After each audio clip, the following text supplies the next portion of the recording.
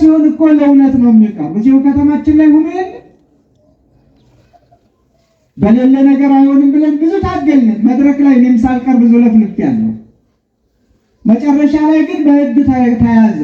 ሕግ ሲፈርድ ቤተክርስቲያን የራሷን ውሳኔ ወሰነች። ሕግ ሲፈርድ አረጋግጦ ሕግ ባልፈረደበት ተጨባጭ ምስክር ቀርቦ ባልመሰከረበት ሰዎች እያቀነባበሩ በሚያቀርቡት ስም አውጪዎች ስም እየሰጡ በሚያስተላልፉት እሱማ ምን ያልወጣለት ስም አለ? ዝሮ ዝሮ ወደድነውም ጠላነውም አባቶቻችን ያስተማሩን ሕግ አለ። ነውር ካያችሁ ቤተክርስቲያኒቱን የማይመጥን ነገር ከተመለከታችሁ ከኔ ጀምር አንተ እዚህ ከተማ እንግዲህ 11ኛ ዓመቴን ይዣለሁ አይደል? ቆየሁ ማለት ነው። ለመተዋወቅ በቂ ነው። ስለዚህ ትክክለኛ የአባቶቻችንን ስርዓት ተከትለህ እያስተማርክ አይደለም። ሌላም ክፉ ጠባይ ካለን ይሄን ክፉ ጠባይ ይሄው እኛ ምስክሮች ነን አይተናል፣ እኔ ምስክር ነኝ በእኔ ተፈጽሟል እሚል ይምጣና ከዚያ በኋላ ከተረጋገጠም ዳኝነት ያስፈልጋል። እዚች ላይ ቆሜ አምላኬ ማረኝ እያልኩ ጊዜ እንጠብቃለሁ ማለት ነው። ምን አጋባኝ? ሰማያዊውን ክብር እየሸጡ እየለወጡ ለምድራዊው ነገር ይህን ያህል ትጋት የሚያስፈልገው ነገር አይመስለኝም። ግን ዝም ብሎ መወነጃጀል አንዳንድ ጊዜ እኮ ሃይማኖታችሁንም እኮ እነሱ ሃይማኖት ሰጥተው ሊቀሟችሁ ይፈልጋሉ። አስተያየት መስጫ ላይ 1-2 ቀን ተመልክቻለሁ። ሌላ ሃይማኖት ሊሰጡኝ የሞከሩም ሰማሁ። እዚህ ላይ ሌላ ነገር ይመጣል። ስለሌላው ችግር የለብኝም ያለውም ቢል በሕግ ፊት ቀርቦ ስለማይወሰን ነገር ስሜት የማይሰጠኝም የመንደር ጫጫታ ነው።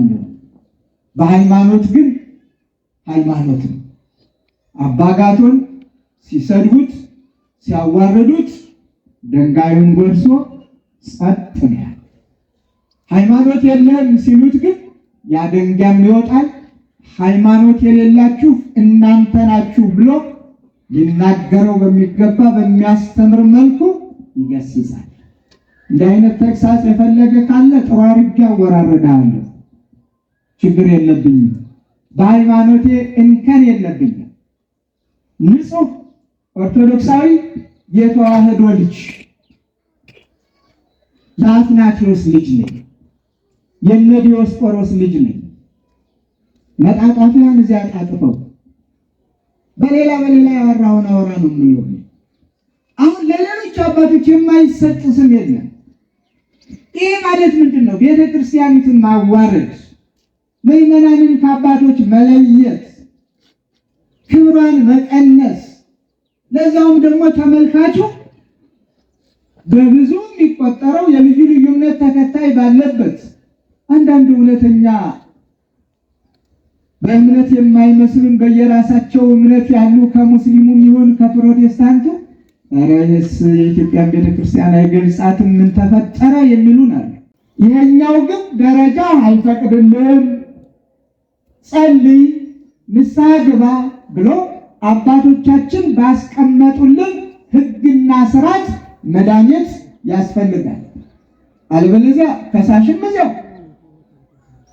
ምስክርም እዚያው፣ ስማፊም እዚያው። ኧረ ድፍረት በስቷል ወገኖች፣ ድፍረት በስቷል። አሁን አዲስ ትውልድ የተፈጠረ አይመስላችሁ? የምንሰማው ሁሉ እንጃ ይዘገንናል፣ ያስፈራል። የምንሰማው ዘመኑ ባመጣው የምናየው እውነት እስከሆነ አላውቅም። አንዳንድ ጊዜ ታማኝ ተብለው በሚታሰቡም ሚዲያዎች የሚነገረው ሰው እንዴት ነው ሰውን የሚያርደው? ብዙ ግፈኞች ነበሩ። ብዙ ክፉዎች ነበሩ። ክፋት ቢባል ከክፋትም በላይ ክፋት። መክብብ ስለ ክፋት ስንናገር እንዲህ የሚል ቃል እናነባለን ከመክብብ ውስጥ እጅግ ክፉ አትሁን። ትንሽ ክፉ ያለ ይመስላል አነጋገሩ። እጅግ ክፉ አትሁን፣ እልከኛ አትሁን፣ ጊዜ ሳይደርስ እንዳትሞት። እዚህ ላይ የተጠቀሰው ሞት የአንድ ጊዜ ሞት አይደለም፣ ምድራዊ ሞት አይደለም። የክፉዎች ሞት፣ የእልከኞች ሞት፣ የትዕቢተኞች ሞት፣ ከእግዚአብሔር ፈቃድ ውጭ የሚመላለሱ ሰዎች ሞት ጊዜያዊ አይደለም፣ ዘላለማዊ ሞት ነው። ለዚህ ነው እጅግ ክፉ አትሁን፣ እልከኛም አትሁን፣ ጊዜ ሳይደርስ እንዳትሞት። ጊዜያቸው ሳይደርስ እንደሚሞቱ የረሱ እልከኝነትንና ክፋትን አዋህደው የያዙ ቄሳሮች በክርስቲያኖች ላይ ክንዳቸውን አክብደው ነበር። ክርስቲያኖች ባሉበት እንዳያድሩ፣ ክርስቲያኖች በነፃነት እግዚአብሔርን እንዳያመልኩ፣ ክርስቲያኖች እንደ እግዚአብሔር ፈቃድ እንዳይመላለሱ እጅግ ከባድ ሸክም ያሸክሟቸው ነበር። መዝናኛም አድርገዋቸው ነበር። ከአራዊት ጋር በማታገል ዛሬ ላይ ሰውና ሰውን በማታገል ሰዎች ይዝናኑ የለ? ሁለቱ ሲደባደቡ፣ ሁለቱ ሲታገሉ ሰዎች ይዝናናሉ። ገሌ ያሸንፋል፣ ገሌ ያሸንፋልም ይወዳደራል። ሌላ የራሳቸውንም ቁማር ይጫወታሉ በሰዎች ሕይወት። ይሄ ዓለሙ ያመጣው ትርጉሙ ለእኔ አይገባኝም። ለእነሱ ትርጉም ይኖረው ከሆነ አላውቅም። ቅዱስ ጳውሎስ የተናገረውን ቅዱስ ጳውሎስ ሰምታችኋል። እንግዲህ በድዬ ወይም ሞት የሚገባውን ነገር አድርጌ እንደሆነ ከሞት ልዳን አልልም አለ። ምን አድርጎ ነው አንዱ ብድግ ብሎ ከቤቱ ሂዶ የሚያርደው? ከቤቷ ሂዶ የሚያርዳት ምን አድርጎት ነው የሚገድለው? ምን በድላ ነው? ምን በድሎ ነው? ለሞትስ የሚያበቃ ከሆነ ፍርድ የለም ወይ? ፍርድ እኮ ከጥንት ጀምሮ እስካሁኑ ድረስ አለ። አንድ ሰው ይታሰርም ሲባል በሕግ ተፈርዶበት፣ አንድ ሰው ይሙትም ሲባል በሕግ ተበይኖበት ተፈርዶበት እንጂ ሰው ጉልበት አለኝ ብሎ እንዴት ወንድሙን ወንድም ይገለዋል? ውረድ እንውረድ ተባብለው ለመገዳደል የሚቀርቡትን አይደለም እያልኩ ያለሁት። እነዚያን ሰላም ስጡን፣ ሰላም ሁኑ ነው የምንል። እቤቱ አርፎ የተኛውን ሰው ከቤቷ የተኛችውን፣ ከቤቱ የተቀመጠውን፣ ከቤቷ የተቀመጠችውን ለአምልኮ ወደሚያመልክበት ቦታ የሄደችውን እንደዚህ አይነቱን መግደል ምን አመጣው? ይህ የትውልዱ የማንነቱን መጥፋት ያሳያል። ትውልዱ እንደ አባቶቹ ቢያውቅ ጥፋት እንኳን ያጠፋ ይመክራል፣ ያስተምራል፣ በሽማግሌ ያስመክራል፣ በሕግ ያቀርባል፣ በሕግ ያስቀጣል፣ በሕግ ያስቀጣል። ከዚያ በተረፈ በእጀ መናኛ ጉልበት አለኝ ብሎ አንዱን መግደል አይደለም ብትር አንስቶ መምታት ኃጢአት ነው፣ ወንጀል ነው። ክርስትናውም አይፈቅድም። ከየት በተማር ነው? እኛ ኢትዮጵያውያን እንዲህ አይነቱን ጣጣ ከየት ተቀበል ነው? ከማን ወረስ ነው? ይህን በደንብ አድርገን ልናጤነው ይገባናል። የምንሰማው ሁሉ በጣም እጅግ የሚቀፍ የሚከብድ የሚዘገንን ስለሆነ ፍቅርን ያህል እያለ የተለየ ሃይማኖት ኑሮት እንደነ ቄሳር እንደነ ኔሮን ማለት እንደ ቄሳራውያኑ እንደነ ኔሮን ግፍን ክፋትን በመመላት የሚያደርግ ከሆነ መጀመሪያም እምነት ስለሌለው ምን ላንፈርድ ልንሰናበት እንችላለን። መጀመሪያም እምነት የላቸውም፣ ዓላማቸውም ያው ነው። ግን እምነት አለኝ የሚል የሚገርመው ማተብ አድርጎ ባንገቱ፣ መስቀል አንጠልጥሎ ባንገቱ ይሄ ወንጀል ሲሰራ ሲታይ ምንስ ይባላል? እንዴትስ ይወራል? ለምንድን ነው ሞትን እንደዚህ የደፈሩት አባቶቻችን? ዓለም የሚርድለትን ሞት፣ የሚንቀጠቀጥለትን ሞት መግቢያ፣ መሸሸጊያ፣ መደበቂያ ፈልገው የት እንግባ የት እንሽሽ ብለው መከራ ብዙዎች የሚያዩለትን ሞት ለምንድን ነው አባቶቻችን የደፈሩት? ከሞት በኋላ ሕይወት መኖሩን ስለሚያውቁ እኔ በድዬ ወይም ሞት የሚገባውን ነገር አድርጌ እንደሆነ ከሞት ልዳን አልልም። ረም ሰምታችሁታል። እኔ በድዬ ልባሉ ለሞት ምክንያት አለ። ያለ ምክንያት ሞት የለም። ያለ ምክንያት ሞት የለም። ለሞት ምክንያት አለ። ስለዚህ ቅዱስ ጳውሎስ ለመሞት የሚያበቃ ቀርቶ ለመታሰር የሚያበቃ በደል የሌለበት ስለነበረ በቅዱስ ጳውሎስ ቅዱስ ጴጥሮስንም ሌሎችንም አብራችሁ ትወስዷቸዋላችሁ። እኔ በድዬ ወይም ሞት የሚገባውን ነገር አድርጌ እንደሆነ ከሞት ልዳን አልልም። ቅዱሳን አባቶቻችን ለሞት የሚያበቃ አይደለም ለቁጣ የሚያበቃ ኃጢአት የለባቸውም። ለተግሳጽ የሚያበቃ ኃጢአት የለባቸውም። ለምን የሚል ጥያቄም የሚያስነሳ በደል፣ ክፋት የለባቸውም። ቅዱሳን አባቶቻችን በዚህ ዕለት የምናስታውሳቸው በረከታቸው ይደርብንና እነ ቅዱስ ጴጥሮስ እነ ቅዱስ ጳውሎስ አንዳች ነገር ክፉ ነገር የለባቸው። ስራቸው ክፉ ነገር ከዓለም እንዲጠፋ ነው። ወንድም ወንድሙን እንዳይገድል፣ ወንድም ወንድሙን እንዳያሳድድ፣ ቤተሰብ ለቤተሰቡ ጠላት እንዳይሆን፣ ፍቅር ለሰው ልጆች ትልቁ ስጦታ ነውና የሰው ልጆች በሙሉ ፍቅር እንዲኖራቸው፣ ሰላም ለሰው ልጆች ዋናው መሰረቱም ጣራውም ግድግዳውም ነውና ሰላም እንዲኖራቸው አጥብቀው የሚያስተምሩ ስለ ሰው ደህንነት ጤናማ ሕይወት የሚጥሩ ሁሉም በአንድነት ተዛዝነው ተረዳድተው እንዲኖሩ የሚመክሩ የሚያስተምሩ ነበሩ ቅዱሳን ሐዋርያት። እንኳንስ ለሞት ለምን የሚል ጥያቄ የሚያስነሳ አንዳች ነገር አልነበረባቸውም። ከዚያ በላይ ሁሉን የፈጠረውን እግዚአብሔርን ሰው ሁሉ እንዲያመልክ፣ ሰው ሁሉ ከፈጠረው ከአምላኩ ከመጋቢው ከመሪው ከሰሪው ካለመኖር ወደ መኖር ካመጣው ከእግዚአብሔር ውጭ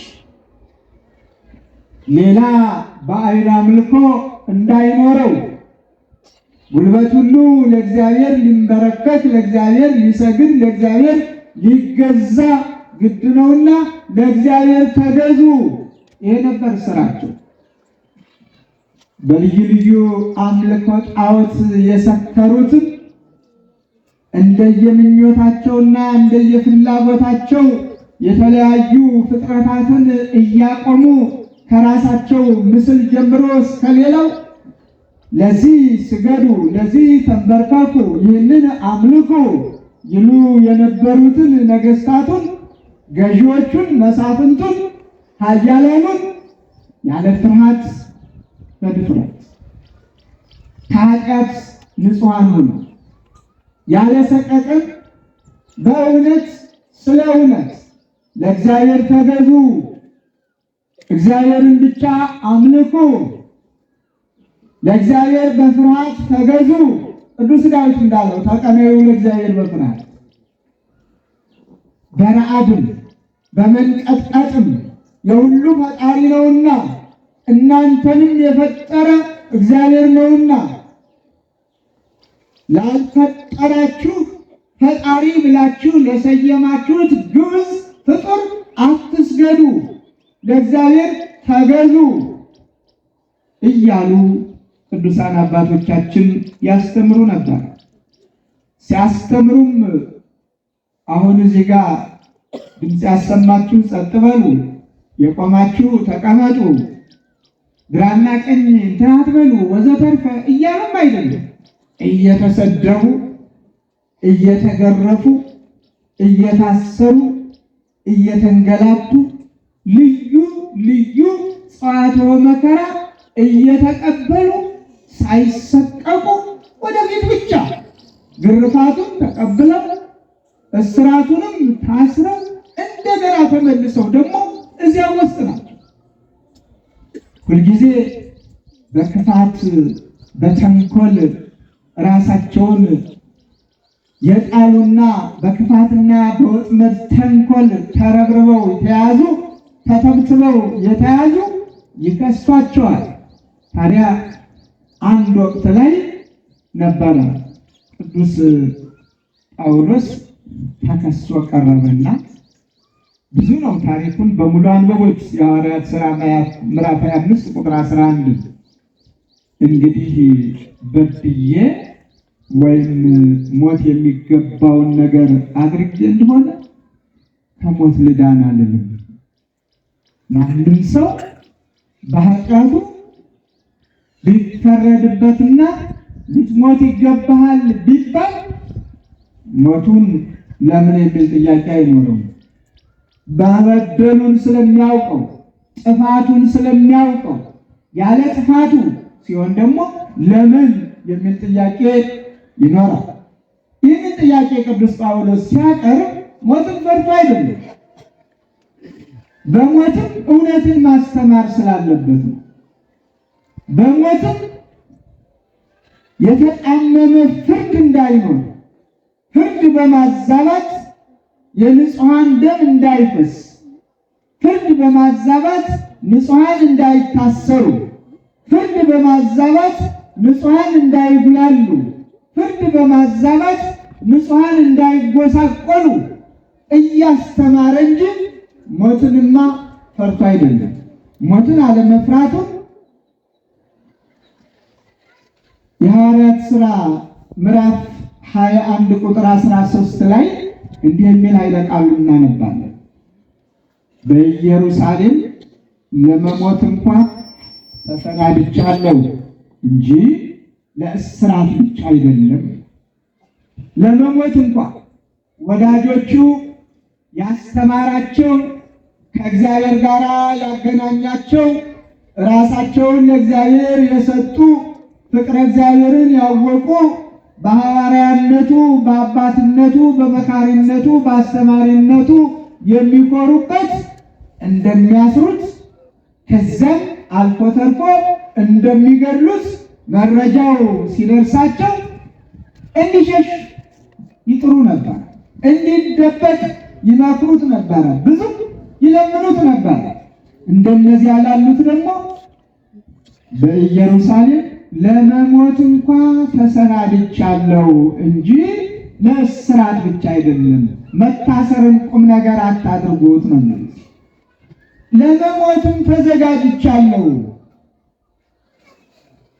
ቅዱስ ጳውሎስ በሕይወቱም በሞቱም፣ ቅዱስ ጴጥሮስ በሕይወቱም በሞቱም፣ በአጠቃላይ ሐዋርያት በሕይወታቸውም በሞታቸውም አስተምረውናል። ለእኛም የሚያስፈልገን ሰሚ ልብ ብቻ ነው። ያ ዙረው ያስተማሩት ዓለም መልሶ ሲከዳ አንዳንዱ መፍራት ካመነ በኋላ ልባል ካመነ በኋላ ራሱን ለእግዚአብሔር ከሰጠ በኋላ ኃያላኑ ሲበረቱ ክንዳቸውን ሲያጠነክሩ፣ ቅጣታቸውን ቅጥ ሲያሳጡ ከፍርሃት አንጻር ወደኋላ የሚያፈገፍጉ ክርስቲያኖች ነበሩ። ስለዚህ ከመታሰር አልፎ ለመሞት እንዳይፈሩ እንዳይሸማቀቁ ሰማያዊው ክብር መኖሩን በደንብ አረጋግጠው ነው ያስተማራቸው። ዛሬም ስናስታውስ ቀጥታ ወደ ሮማ አደባባይ እንሂድ፣ በእግረ ሕሊና እንገስግስ፣ በዓይነ ሕሊና ሮምንና ቄሳሮቿን እንቃኛቸው። ግፉንና መከራውንም በዚያን ዘመን እንዳለን አድርገን ጆሮአችንን እንስጥና እንስማው። አዎ ብዙ ግፈኞች ነበሩ፣ ብዙ ክፉዎች ነበሩ። ክፋት ቢባል ከክፋትም በላይ ክፋት። መክብብ ስለ ክፋት ስንናገር እንዲህ የሚል ቃል እናነባለን ከመክብብ ውስጥ እጅግ ክፉ አትሁን። ትንሽ ክፉን ያለ ይመስላል አነጋገሩ። እጅግ ክፉ አትሁን፣ እልከኛ አትሁን፣ ጊዜ ሳይደርስ እንዳትሞት። እዚህ ላይ የተጠቀሰው ሞት የአንድ ጊዜ ሞት አይደለም፣ ምድራዊ ሞት አይደለም። የክፉዎች ሞት፣ የእልከኞች ሞት፣ የትዕቢተኞች ሞት፣ ከእግዚአብሔር ፈቃድ ውጭ የሚመላለሱ ሰዎች ሞት ጊዜያዊ አይደለም፣ ዘላለማዊ ሞት ነው። ለዚህ ነው እጅግ ክፉ አትሁን፣ እልከኛም አትሁን፣ ጊዜ ሳይደርስ እንዳትሞት። ጊዜያቸው ሳይደርስ እንደሚሞቱ የረሱ እልከኝነትንና ክፋትን አዋህደው የያዙ ቄሳሮች በክርስቲያኖች ላይ ክንዳቸውን አክብደው ነበር። ክርስቲያኖች ባሉበት እንዳያድሩ፣ ክርስቲያኖች በነፃነት እግዚአብሔርን እንዳያመልኩ፣ ክርስቲያኖች እንደ እግዚአብሔር ፈቃድ እንዳይመላለሱ እጅግ ከባድ ሸክም ያሸክሟቸው ነበር። መዝናኛም አድርገዋቸው ነበር። ከአራዊት ጋራ በማታገል ዛሬ ላይ ሰውና ሰውን በማታገል ሰዎች ይዝናኑ የለ? ሁለቱ ሲደባደቡ፣ ሁለቱ ሲታገሉ ሰዎች ይዝናናሉ። ገሌ ያሸንፋል፣ ገሌ ያሸንፋልም ይወዳደራል። ሌላ የራሳቸውንም ቁማር ይጫወታሉ በሰዎች ሕይወት። ይሄ ዓለሙ ያመጣው ትርጉሙ ለእኔ አይገባኝም። ለእነሱ ትርጉም ይኖረው ከሆነ አላውቅም። እነ ኔሮን ደግሞ ቁማራቸው፣ ጨዋታቸው ክርስቲያኖችን ከአራዊት ጋራ በማታገል በግርፋት በማስገረፍ በእስራት በማሰር በማሳሰር በእንደዚህ አይነት ያሰቃያቸው ነበር። በዚህ አደባባይ ነው ሳይፈሩ ሳይሰቀቁ ሞት እንደሚጠብቃቸው እያመኑ ያለ በደላቸው ያለ ጥፋታቸው የሞት ፍርድ እንደሚፈረድባቸው እየተረዱ ምዕመናን በሃይማኖታቸው እንዲጸኑ በምግባር እንዲታነጹ ከእግዚአብሔር ውጭ ለማንም ለማን እንዳይንበረከኩ የፈጠራቸውን እግዚአብሔርን አምነው እስከ መጨረሻ ሕይወታቸው ድረስ እንዲኖሩ ያስተምሩ ነበር እነ ቅዱስ ጳውሎስ። ይህንን መልካም ተጋድሎ ከጨረሱ በኋላ ነው ሁለቱንም ቅዱሳን አባቶቻችን ቅዱስ ጴጥሮስን ክርስቲያኖች እንደሚሞት ሲረዱ፣ ጨካኞች ሊገድሉት እንዳሰቡ ሲረዱ እንደ ጳውሎስ ሁሉ እባክህ ሂድ፣ ከዚህ ከተማ ውጣ፣ ትንሽ ኑርልን፣ ሰወር በልልን እባክህ ብለው ብዙ ለምነውት ነበር። ታዲያ ልቡ አልተቀበለም። የድሮ ጥርጣሬ፣ የድሮ ወደኋላ ማፈግፈግ ከሱ ዘንድ አልነበረም። ወዳጆቹ ግን አስጨንቀውታል። ምን ላድርግ እያለ ሲያወጣ ሲያወርድ በራእይ አምላካችን መድኃኒታችን ኢየሱስ ክርስቶስ መስቀሉን ተሸክሞ ወደ ሮም በአንድ በር ሲገባ ተመለከተው ይላል።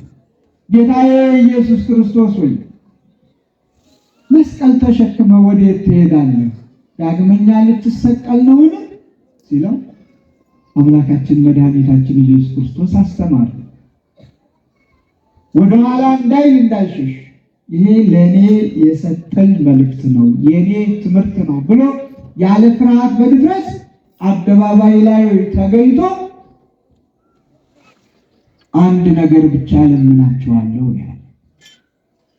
አሁን ከሞት እንዳለ ሞትንም አልፈራም። ምክንያቱም ሰማያዊውን ክብር የምቀዳድበት ጊዜ ነው። ከእግዚአብሔር ጋር የምኖርበት ሰዓት ነው። ልመናዬ አንዲት ናት። እሷም እንደ ጌታዬ፣ እንደ አምላኬ፣ እንደ መድኃኒቴ እንደ ኢየሱስ ክርስቶስ ቀን አድርጋችሁ አትስቀሉ፣ ቁልቁል ስቀሉኝ ያለ። ሞቱን እንኳን መረጠ። ያንን እንደ አምላኩ መሰቀሉን እንደ ክብር ቆጥሮት ለሞቱ ሳይሆን የተጨነቀው ሞቱን በውርደት ዝቅ ብሎ ከፈጣሪው ዝቅ ብሎ ቁልቁል እንዲሰቅሉት ነው የለመነው። ለምንድን ነው ሞትን እንደዚህ የደፈሩት አባቶቻችን?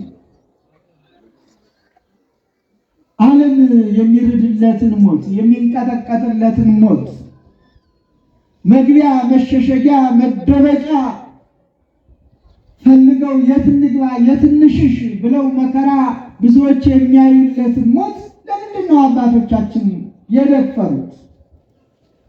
ከሞት በኋላ ሕይወት መኖሩን ስለሚያውቁ፣ ከሞት በኋላ ሕይወት መኖሩን፣ ሞት የሚባለው በክርስቶስ ሞት የሞተ መሆኑን በማመን እንደ ቅዱሳኑ እንደ መላእክቱ እያመሰገኑ ለዘላለም ከብሮ ገኖ መኖርን ስለሚያምኑ የዚህ ዓለም እረፍት የሥጋ እረፍት ከጉስቁልና፣ ከውርደት፣ ከረሃብ፣ ከበሽታ ከመሳሰሉት ነገሮች ነፃነትን አግኝተው ወደ እግዚአብሔር የሚሄዱበት መሆኑን አረጋግጠው ስለሚያምኑ ነው።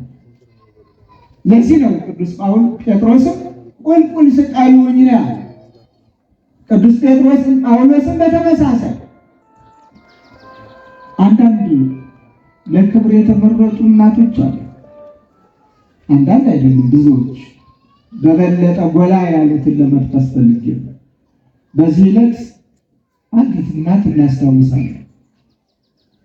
በእምነቷ እንድትጸና፣ በእምነቷ እንድትበረታ፣ የልቧን ምንነት እግዚአብሔር ስለሚያውቅ፣ የልቧን የዋህነት ቅድስና እግዚአብሔር ስለሚረዳ ሐዋርያት ሞቱ ብላ እንዳታምን ትንሣኤያቸውን ክብራቸውን ማየት እንድትችል ቅዱስ ጳውሎስ የለበችውን ልብስ ስጭኝ አለ። የደረበችውን ቀጸላም በሉት ፎጣ ስጭኝ አለ። ሲወስዱት በዚያ ነው ተሸፋፍኖ ይሄ ተዳሲዎቹ ቅዱስ ጳውሎስን በሰይፍ አንገቱን ቆርጦ በመጣል ቅዱስ ጴጥሮስን ቁልቁል በመስቀል ገደልናቸው አሉ። እፎይታም አገኘን ብለው አመኑ። ይህ የታያቸው ዓይን እያላቸው ማየት ለተሳናቸው፣ ሕሊናቸው ለታወረ ከእምነቱ ለራቁ ብቻ ነበር። ያችን እመቤት ግን የታያት አይደለም። ቆማ ትጠባበቅ ነበር። ስትጠባበቅ ቅዱስ ጴጥሮስም ቅዱስ ጳውሎስም ሰዎች ገደልናቸው ብለው መከራ ሲያዩ እነሱ የክብር ልብስ ለብሰው የድል አክሊል ተቀዳጅተው እጅግ ብርሃንን ተጎናጽፈው ሲሄዱ አየቻቸው። ገዳዮች ሲመጡ እንዴት ሆኖ አለቻቸው። ለትዝብት እያየ ሰው ይጠይቅ የለ አንዳንድ ጊዜ የምታውቁትን ነገር ከሰው ትጠይቃላችሁ አይደል? እውነት ይናገራል ውሸትም ለማረጋገጥ ብዙ ነገሮችን አቅሙንም ለመፈተሽ ብዙ የሚደረጉ ነገሮች አሉ። ሞተ እኮ አለ ቅዱስ ጴጥሮስም ቅዱስ ጳውሎስም ሞተዋል። አትሳሳቱ፣ አልሞቱም። እነሱስ የክብር አክሊል ተቀዳጅተው የክብር ካባ ተጎናጽፈው እጅግ እጅግ ደምቀው ፈክተው ደስ በሚያሰኝ መልኩ ሄዱላችሁ ማለት ነው። ምን ታወሪያለሽ አሉት። ይኸው ይህንን ልብስ እኮ የሰጠሁት እኔ ነበርኩ። ይኸው ልብሱንም አምጥቶ ሰጥቶኝ ነው የሄደው። የሰጠሁትን ልብስ በጊዜው ተሸፍኖበት የነበረው ይኸው ሰጥቶኝ ነው የሄደው። ዝም ብላችሁ ነው የምትደክሙ አለቻቸው። እግዚአብሔር ምንጊዜም አስተማሪውን ያስቀምጣል። ያላመኑ ያምኑ ዘንድ፣ ተጠራጣሪዎች አማኞች ይሆኑ ዘንድ። ስለዚህ እንደ ሰዎች አስተሳሰብ ገደልናቸው ተብለው በመስቀል የተሰቀለ ቁልቁል በሰይፍ የተቆረጠ አንገቱን የተከለለ ቅዱስ ጳውሎስ በክብርም የክብር ልብሳቸውን ተጎናጽፈው ሲያልፉ በአማኞችም የታየበት የተረጋገጠበት ስለሆነ እንኳን ደስ አላችሁ ደስ ይበለን ነው። ሞት ለእግዚአብሔር ልጆች ቁም ነገር የለሽ መሆኑን ያሳየናል። ሞት ለእግዚአብሔር ወዳጆች አስፈሪ ያለ መሆኑን ያስተምረናል። ይቤሎ ጴጥሮስ ለጳውሎስ ጥባልኬ እውየ ጳውሎስ እምዝ ዳግመ ኢይሞት። ጳውሎስ ወንድሜ ይለዋል ጴጥሮስ። ጳውሎስ ወንድሜ አይዞህ፣ ጨክን፣ በርታ፣ ሁለተኛ ሞት የለብንም፣ ዳግመኛ ሞት የለብንም። እዚሁ አለቀ፣ ያልቃል ከዚሁ። ቅዱሳኑ እንደዚህ ነው፣ እርስ በርሳቸውም ይረዳዳል። አንዱ አንዱን ያጎብዘዋል፣ አንዱ አንዱን ያነቀዋል፣ አንዱ አንዱን ያነሰዋል። ሁለት ሁለት እያደረገ የሚልካቸው የነበረ ለዚህ ነው። እንደ ዘመኑ እንደኛ ተጠላልፈው አይወድቁም እነሱ። እኛ ተጠላልፈን ለመውደቅ ነው መከራ የምናየው። መጠላለፍ መጠላለፍ መጠላለፍ ያለ እረፍት እንኳን ኃጢአት አግኝተንበት እንደው መሰልሰል የሚል ኃጢአቱን ፈጥረን ደርሰንለት ያንን ሰው ጠልፎ መጣል የሚያስደስተው ትውልድ ኃጢአት ከተገኘበትም አለቀለት። ለክብር ማነሳሳት፣ ለክብር እንዲቆም ማድረግ፣ ራሱን ከእግዚአብሔር ጋር እንዲያገናኝ ማድረግ ፈጽሞ በዚህ ዘመን የተረሳ ነው ብል ማጋነን አይሆንም። የተረሳ ነው ብል ውሸትም አይሆንም። ቅዱስ ጴጥሮስ ግን ቅዱስ ጳውሎስን እንደዚህ ነው ያለ፣ ጥባልኬ፣ ጨክን፣ በርታ፣ አይዞህ እንዲህ የተባባሉ ነው። እነዚህ የተቀደሱ አባቶቻችን ይህንን ከንቱ ዓለም ካልጫነቱ ለማላቀቅ ጣፋጭ እንዲሆን ባለ በሌለ ሕይወታቸው ሁሉ አስተምረው እንደገና በሕይወታቸው ካስተማሩት በላይ ደግሞ በሞታቸው ብዙዎችን አስተምረው ወደ እግዚአብሔር ይሄዱት። ከዛ በኋላ ነው ያስተማሩትን በተግባር ስላሳዩ ቃል ብቻ ሳይሆን ተግባርንም ተርጉመው ስላስተማሩ እነሱን ያዩ ክርስቲያኖች ሁሉ ሰማዕትነት አይለፍም፣ ሰማዕትነት አይለፍሽ እያሉ በየትኛው መምለኪያነ ጣዖት ባሉበት ፈላጮች ቆራጮች እግዚአብሔር የለሾች በነገሱበት እንደፈለገ እንደወደዱ በሚያደርጉበት በየትኛውም አደባባይ ከየትኛውም ቦታ መጥተው መሸሸግ አይደለም መደበቅ፣ እኔ ያለው የክርስቶስ እኔ ክርስቲያን ነኝ እያሉ በየአደባባዩ እየመሰከሩ ሰማዕትነትን እየተቀበሉ ኦርቶዶክሳዊት ተዋሕዶ ቤተ ክርስቲያን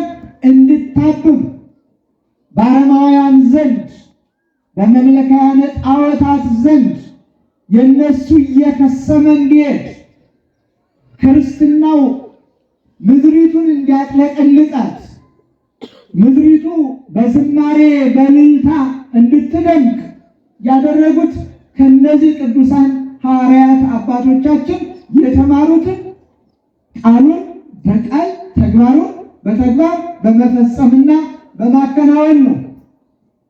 የሚገርመው ሮማውያን ዛሬ በክርስትናው ዓለም ከኛ በላይ ላሳር የሚሉት ነገሩ ዛሬ እንኳን መልኩን እየተለወጠ ነው። መልሶ በየምዕራፉ በብዙ የሚቆጠሩ አብያተ ክርስቲያናት ውድ ከሆኑ ነገሮች ያነጹ የገነቡ ዛሬ እንኳን እነዚህ አብያተ ክርስቲያናት መልካቸውን ቀይረው ለተራ ነገር እየዋሉ ነው። ገና ኢትዮጵያ ክርስትናውን ተቀብላ ክርስትናውን አምና ክርስትናውን ሰብካ በምድረ እስራኤል ከተሰበከው ክርስትና የመጀመሪያዋ ፍሬ ሆና እዚህ ጋር ኢትዮጵያ እዚያም ነበረችና እግዚአብሔርን ስታመን እነሱ በጣዖት ያመልኩ ነበር። ምክንያቱም የኔና የእናንተ አባቶችና እናቶች ሁልጊዜም ከእግዚአብሔር አለመለየታቸው ነው ትልቁ ቁም ነገር። ከእግዚአብሔር ባለመለየታቸው ሀገርን አስከብረዋል።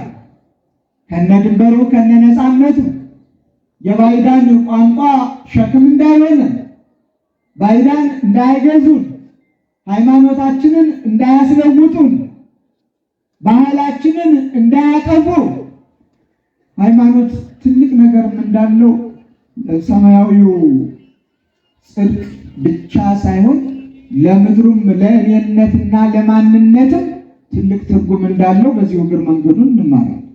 ትልቅ ትርጉም እንዳለው ሃይማኖታቸውን ያጡ ብዙዎች ናቸው በዓለማት ውስጥ የሌላ እምነት ሳይወዱ በግድ እንዲቀበሉ የተደረጉ። ቋንቋቸውን ያጡ ብዙዎች ናቸው በዓለም ውስጥ የሌላ ቋንቋ እንዲናገሩ የእነሱም ቋንቋ እንዲረሱ የተደረጉ። ባህላቸውን ፈጽሞ ያጡ ብዙዎች ናቸው በዓለም ውስጥ የሌላውን ባህል የሌላውን ጣጣ የሌላውን ሸክም እንዲሸከሙ ስለተገደዱ። ኢትዮጵያውያን ግን እምነትንም ታሪክንም ጀግንነትንም ባህልንም የሀገር ፍቅርንም አንድ ላይ በማስተባበር እኔና እናንተ ዘንድ አድርሰውናል።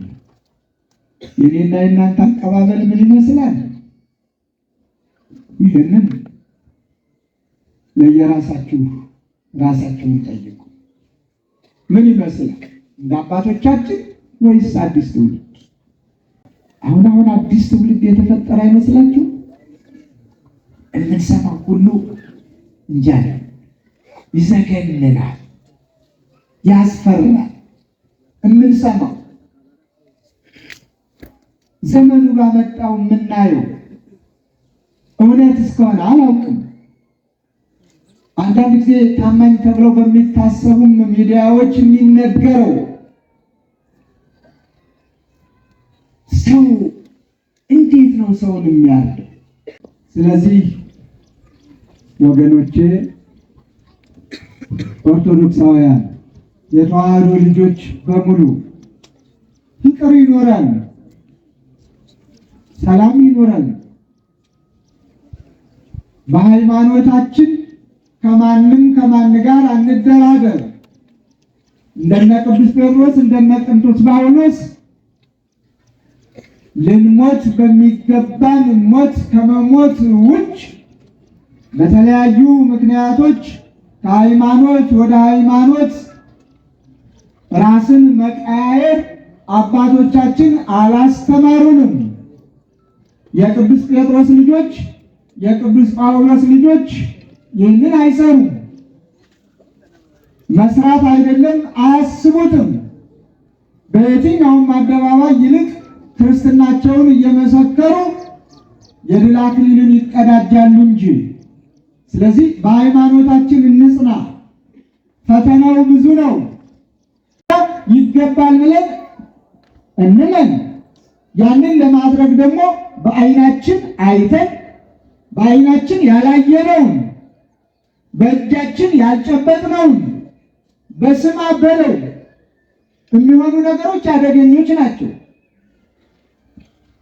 አንዳንድ ጊዜ የሚታዩ ነገሮች ከባዶች ናቸው። እንደው ስንቱ ይነገራል። አሁን ደግሞ የመጡ ነገሮች አሉ። በጣም አስመስለው ሰውን በጣም አደባባይ ላይ የሚያወጡ ዘመኑ የወለዳቸው ነገሮች አሉ። ባለፈው እዚሁ እኛ ባህር ዳር ላይ አንድን አባት ፈውስ እሰጣለሁ በሚል አይነት ከምንኩስና ሕይወት ጋር አብሮ ሊሄድ በማይችል እንደ ምንኩስና ሕይወት ራሱን የቻለ ሕግና ስርዓት አለንና የሚያሳይ ቪዲዮ ተለቋል። እኔ በጣም የደነገጥኩት ይህንን አያደርጉም እኔ አባት ነው ያልኩት። በፍጹም ሊያደርጉ አይችሉም ነው። አልነጋልኝ ብሎ ማታ ነበር ያየሁት። ሰው ልኮልኝ እንዳይነጋ ነጋና መላከ ሰላም ዛሬ አጋጣሚ በልዩ ምክንያት ነው የሌሉት። መላከ ሰላም ነው ኤፍሬም፣ ሁልጊዜም እንዲህ አይነት ባለ አብረውን የማይለዩ የሀገረ ስብከታችን ስራ አስኪያጅ ናቸው። ቶሎ ብለው ይህንን ነገር ያጣሩልኝ ነው ያልኩት። አጣራሁኝ፣ ውሸት ነው አለ። አይ እኔም ማለት ጠርቼ ማናገር አለብኝ ብዬ እኒያን አባት ጠርቼ አናገርኩ። በስመ አብ ወወልድ ወመንፈስ ቅዱስ አሉ። እንዲህ አይነቱን እንኳን እኔ ሌላ የሚሰራዋል ብዬ አላምንም። ይሄ ከእውነት የራቀ ነው። ከምን ተፈጠረ? እንዴት ተፈጠረ? በኋላ ስጠይቅ አይ ሰዎች እንደዚህ አሁን የመጣው መሳሪያ አለ። ምንድን ነው ያሉት? ስሙ ኤአይ። በሱ ይቀነባበራል፣ በሌላም ይቀነባበራል። እንዲህ አይነት የወረደ ምንድነው ዓላማው? ቤተ ክርስቲያኒቱን ጠልቶ ማስጠላት፣ ቤተ ክርስቲያኒቱን ማዋረድ፣ ልጆቿ በአባቶቻቸው በክርስቲያንነታቸው እንዲያፍሩ ማድረግ፣ ማሸማቀቅ፣ ከእንዲህ አይነት አባት ይቅርብኝ እንዲሉ ማስበርገግ፣ ይህ እየተሰራ ነው በይፋ። እውነትማ ሲሆን እኮ ለእውነት ነው የሚቀርብ። እዚሁ ከተማችን ላይ ሆኖ የለ በሌለ ነገር አይሆንም ብለን ብዙ ታገልን። መድረክ ላይ እኔም ሳልቀር ብዙ ለፍልፌያለሁ። መጨረሻ ላይ ግን በሕግ ተያዘ። ሕግ ሲፈርድ ቤተክርስቲያን የራሷን ውሳኔ ወሰነች። ሕግ ሲፈርድ አረጋግጦ ሕግ ባልፈረደበት ተጨባጭ ምስክር ቀርቦ ባልመሰከረበት ሰዎች እያቀነባበሩ በሚያቀርቡት ስም አውጪዎች ስም እየሰጡ በሚያስተላልፉት እሱማ ምን ያልወጣለት ስም አለ? ብዙ ይባልለት ነበር። ምንድነው እሱ በሽታ? አቤት ኮሮና። ኮሮና አይደለም እሱ። ቤት ዘግተህ ተቀመጠ። አቤት በኃጢአት ምክንያት ይተላለፋል ተብሎ የሚነገረው ኤችአይቪ ብዙ ተብሎለት ነበር። እና ራሳቸውን ለሌላው መስዋዕት አድርገው ያቀረቡ እናቶችና አባቶች የተናገሩት በልዩ ጣዕም ያቀረቡት እንደ መዝሙርም አድርገው አይረሳኝም። ምን ሲሉ ነው ያቀረቡት? በእኛ ይብቃ በእኔ ይብቃ ነው ያሉት። ቤተ ክርስቲያንን ማዋረድ በእኛ ይብቃ ሊባል ይገባል። በእኛ ይብቃ። ቤተ ክርስቲያን በባህሪዋ ንጽሕት ስለሆነች፣ ቤተ ክርስቲያን በባህሪዋ ቅድስት ስለሆነች የምታመልከው አምላክ ሙሽራዋ ቅዱስና ንጹሕ ስለሆነ በአንድነቱ በሦስትነቱ የሚመለከው ዘወትር ፍጥረታት የሚያመሰግኑት ልዑልና ክቡር ገናና አምላክ ስለሆነ፣ ስለዚህ የወደቀውን በዛው በመጠኑ ለንስሐ በማብቃት የወደቀውንም አሳደው የሚል ሕግ የለም። ተጸየፈው የሚል ሕግ የለም። አዋርደው የሚል ሕግ የለም። ሃይማኖታዊ ሕግ እስከሆነ ድረስ የምናወራው የምንነጋገረው ቀኖናዊ ሕግ እስከሆነ ድረስ የምናምንበትን ነው መስራት ያለብን። ድንበር ነው የሚኖረው። ቤተ መቅደስ ይገባ ከነበረ ከቤተ መቅደሱ ወጣ በል ይባላል። ቤተ መቅደሱን ለተፈቀደላቸው ጥቀቅ ነው። ከሥጋ ወደሙ እንኳን ተለይ አትለውም ቤተ ክርስቲያን። ትልቁ የድነት መሰረቱ የመጨረሻው ምኑ ነው? ሥጋዬን የበላ ደሜን የጠጣ የዘላለም ሕይወት አለው ነው አይደል? ንስሐ ግባና ሥጋውን ደሙን ተቀበል፣ እንዳይርቅ እንዳይጠፋ ከእግዚአብሔር እንዳይለይ እንዳይሞት የሞት ሞትን እንዳይሞት። ይሄኛው ግን ደረጃ አይፈቅድልም። ጸልይ፣ ንስሐ ግባ ብሎ አባቶቻችን ባስቀመጡልን ሕግና ስርዓት መዳኘት ያስፈልጋል። አለበለዚያ ከሳሽም እዚያው፣ ምስክርም እዚያው፣ ስም አጥፊም እዚያው። ኧረ ድፍረት በዝቷል ወገኖች፣ ድፍረት በዝቷል።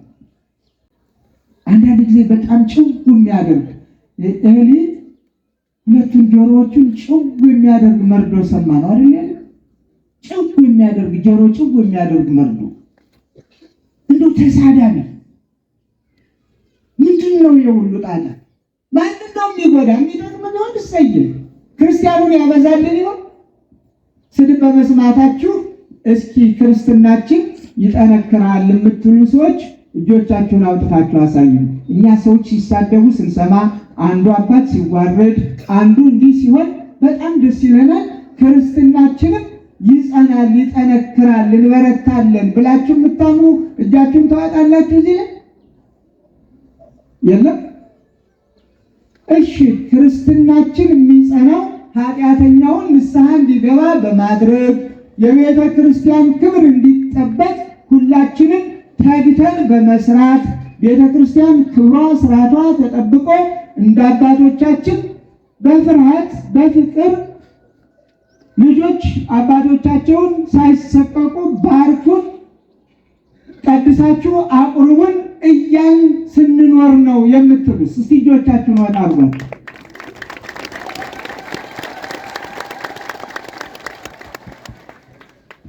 ያለው ሰውና ጭብጨባው የተመጣጠነ ይመስላል።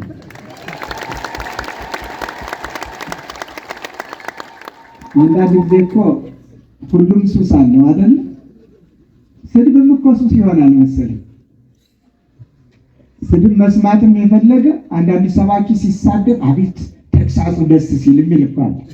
አቤት ሲሳደብ በጣም ነው ደስ የሚል እንደው ሲያወራረደው በየእንትኑ ይላል። አንዳንዱ ደግሞ አይ ስድቡን እኔ አልወድለትም ዝም ብሎ ቃለ እግዚአብሔር ብቻ ቢያስተምር ይላል። አንዳንዱ ካልጮሁበት ደስ የማይለው አለ። አንዳንዱ ደግሞ ተረጋግቶ እንግዲህ የሰው ጠባይ ይለያያል። ይህንን ምንም ማድረግ አይቻልም። ዝሮ ዝሮ ወደድነውም ጠላነውም አባቶቻችን ያስተማሩን ሕግ አለ። ነውር ካያችሁ ቤተ ክርስቲያኒቱን የማይመጥን ነገር ከተመለከታችሁ ከኔ ጀምሮ አንተ እዚህ ከተማ እንግዲህ 11ኛ ዓመቴን ይዣለሁ አይደል? ቆየሁ ማለት ነው። ለመተዋወቅ በቂ ነው። ስለዚህ ትክክለኛ የአባቶቻችንን ስርዓት ተከትለህ እያስተማርክ አይደለም። ሌላም ክፉ ጠባይ ካለን ይሄን ክፉ ጠባይ ይሄው እኛ ምስክሮች ነን አይተናል፣ እኔ ምስክር ነኝ፣ በእኔ ተፈጽሟል የሚል ይምጣና ከዚያ በኋላ ይህ ከተረጋገጠ ምን ዳኝነት ያስፈልጋል? እዚች ላይ ቆሜ አምላኬ ማረኝ እያልኩ ጊዜ እንጠብቃለሁ ማለት ነው። ምን አጋባኝ?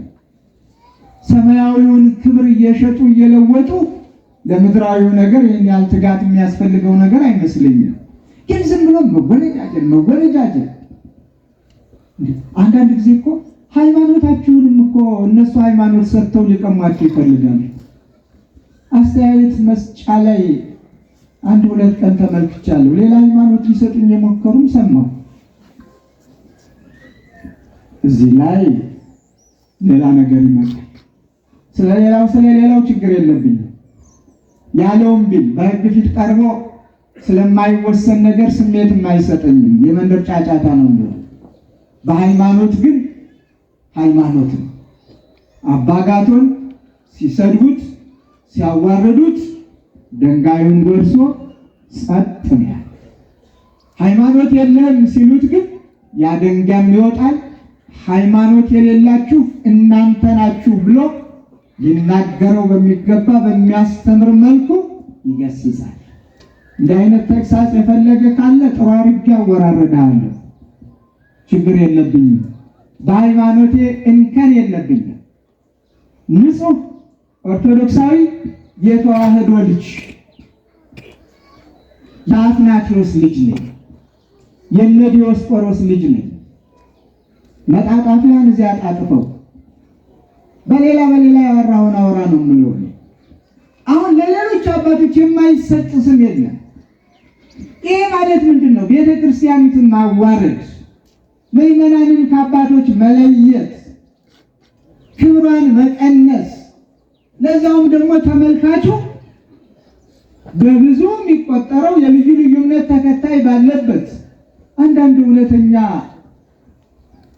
በእምነት የማይመስሉን በየራሳቸው እምነት ያሉ ከሙስሊሙም ይሁን ከፕሮቴስታንቱ አረስ የኢትዮጵያ ቤተክርስቲያን አይገልጻትም ምን ተፈጠረ የሚሉን አሉ። ለምን ችግራችሁን እዚያው በውስጥ አትነጋገሩም? ምንድነው ይህችን ታላቅ ቤተክርስቲያን እኛም እኮ እንኮራባታለን፣ ለምንድነው የኛ ውርደት ብለው የሚናገሩ የሚያነቡ አይቻልም። እና እኛም አሁን ደፍረውን ካስተማር ከተሰደባለሁ አንድ ነገር እንደዚህ ብለን ነገ ሙሉ በሙሉ ይተማል ማለት ነው። አሁን እኔ ወደዚህ እንዲወጣ ነው የምቀሰቅሰው። የሚሳደበው የሚሳደብ ስድብ የሚጠቅም ከሆነ እኛ የምንመካከርና ድርሰት ስድብ ሳይሆን መጽሐፍ ቅዱሳዊ ተግሳጾችን እናመጣለን። ቀበሮውን እንለዋለን፣ በመጽሐፍ ቅዱስ ተጽፏል። ቁንጽሉን ቁንጽል እንለዋለን። አስግሉ ለነ እንደሚባል ቆናጸለ ንዑሳ እለ ያማስኑ አጸደው ይላል። በትክክል ሊቃውንቱ ይህንን ተረቱት። ቅድስት ቤተ ክርስቲያናችንን የሚያጠወልጉ የሚያጠፉ ከስሟ በታች ስም እንዲኖራት ከክብሯ በታች እንድትወርድ የሚያደርጉ ወይ እጅ ከፍንጅ ይዘው ሕግ ላይ አቅርበው ረተው ቤተክርስቲያኒቱን ነፃ የማያወጡ ዝም ብለው ብቻ በስድብ ብቻ መጣባሃለሁ መጣልሃለሁ ወዮልሽ እየተባለ አፍህን ይዘህ ተቀመጥ ቤተክርስቲያኒቷን እናዋርዳት ሲባል ጸጥ።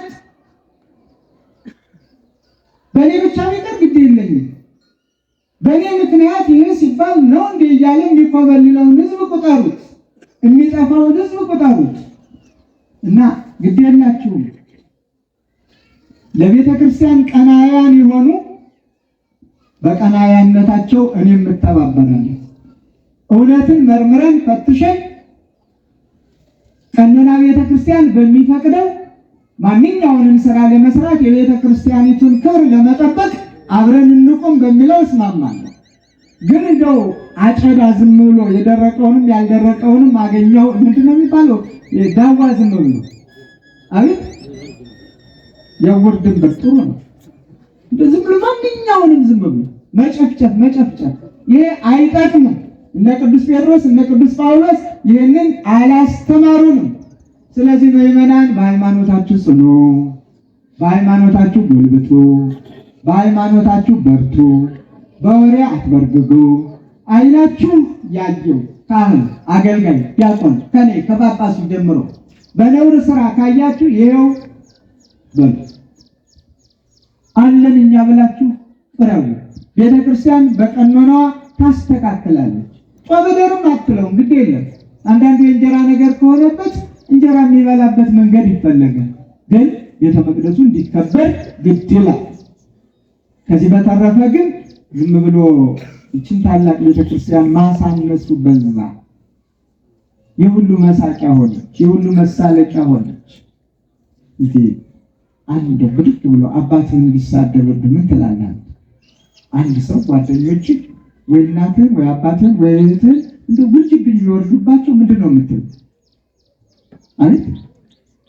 ሁላችሁም በአንድ ድምፅ ምን ትላላችሁ? አሜን ብላችሁ ነው ስቃችሁ ነው የምትሄዱት? አይደል? ትስቃላችሁ። እናቱ ስትሰደድ ስትዋረድ፣ አባቱ ሲሰደድ ሲዋረድ፣ በሕግ ፊት ሳይሆን በመደድ ዝም ብሎ ሁሉም እየተነሳ ውርጅብኝ ሲወርድ ምን ይደረግ? በቃ ማለት ይገባል። እውነት ያስክና ይሄ ለማያምነውም በየአደባባዩ መሄዱን ተወውና ወደ ሕግና ወደ ሰውየውምና የተጨበጠ ነገር ይዘህ ከዚያ በኋላ ሰውየውንም ለንስሐ አብቃው። ትልቁ ቁም ነገር ያም ሰው እንዳይሞት ቤተክርስቲያንን ክብሯ እንዲጠበቅ ያም ሰው በኃጢአት ተጎሳቁሎ እንዳይወድቅ እንዳይሞት እንዳይጠፋ ከእግዚአብሔር እንዳይለይ የማዳን ስራ ማለት ይቻላል። ዝም በለው አይደል። በአንጻሩ ግን ግዴለሾች ይሆን እንደ ሆዳችን ከሞላ ምንም የማይመስለን የቤተ ክርስቲያን ክብር ሲነካ ለቤተ ክርስቲያን ክብር ማንቆምም ራሳችንን እናርም፣ ራሳችንን እናስተካክል። በእኔ ምክንያት ቤተ ክርስቲያን መዋረድ የለባትም እንበል። በአመጋገባችንም፣ በአካሄዳችንም፣ በአለባበሳችንም፣ በአኗኗራችንም የኛ ያልሆነውም የኛ እንዲሆን አንሳሳ። የኛ ያልሆነን ነገር አንንካ። የኛ ባልሆነው መንገድ አንሂድ። የኛ ባልሆነ ቦታ ተቀምጠን አንገኝ። አስተማሪዎች ነንና ከሌሎች ጋራ በመጠጥ ኃይል በመገፋፋት ሐሜተኞችም አንሁን። እነ ቅዱስ ጴጥሮስ እነ ቅዱስ ጳውሎስ ያስተማሩን ይህንን ነውና ባስተማሩን መንገድ ሂደን የክብር አክሊል እንቀዳጅ ዘንድ እግዚአብሔር ይርዳን። በምግባር በሃይማኖት ያጽናን።